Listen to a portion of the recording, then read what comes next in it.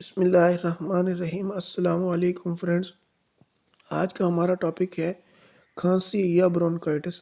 کھانسی اور برونکائٹس جو ہے اس کی دو ٹائپس ہوتی ہیں۔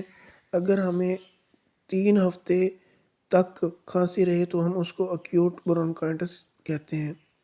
اگر 3 مہینے تک یہ کھانسی ہماری چلی جائے تو اس کو ہم کرونک برونکائٹس کہتے ہیں۔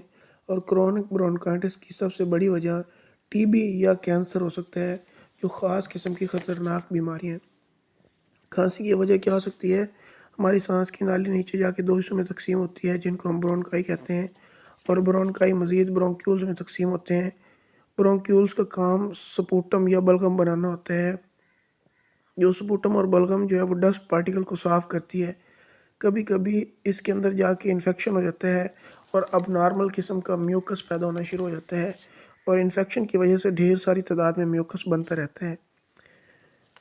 سانس کے نظام کو یہ میوکس بلاک کر دیتا ہے، اور ہم اس میوکس کو جو اب نارمل مقدار میں بنتا ہے اس کو کھانسی کے ذریعے باہر نکالنے کی کوشش کرتے ہیں۔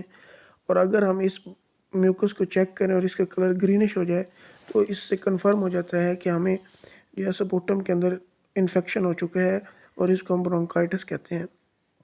اس برونکائٹس یا کھانسی کی علامات کیا سکتی ہیں؟ ہمیں زور سے کھانسی آتی ہے، درد ہوتا ہے، سانس خراب ہو جاتا ہے، اور بعض دفعہ ہمارے سپوٹم کے اندر خون آنا شروع ہو جاتا ہے۔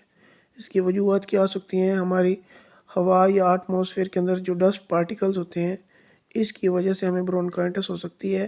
اس کے علاوہ اس کی مین وجہ ہمارے لنگس جو ہیں ان کے اندر مسائل پیدا ہو سکتے ہیں، اور اس کا سب سے اہم اور تیسرا مسئلہ جو ہے وہ ریسپیریٹری فیلئر بھی ہو سکتا ہے۔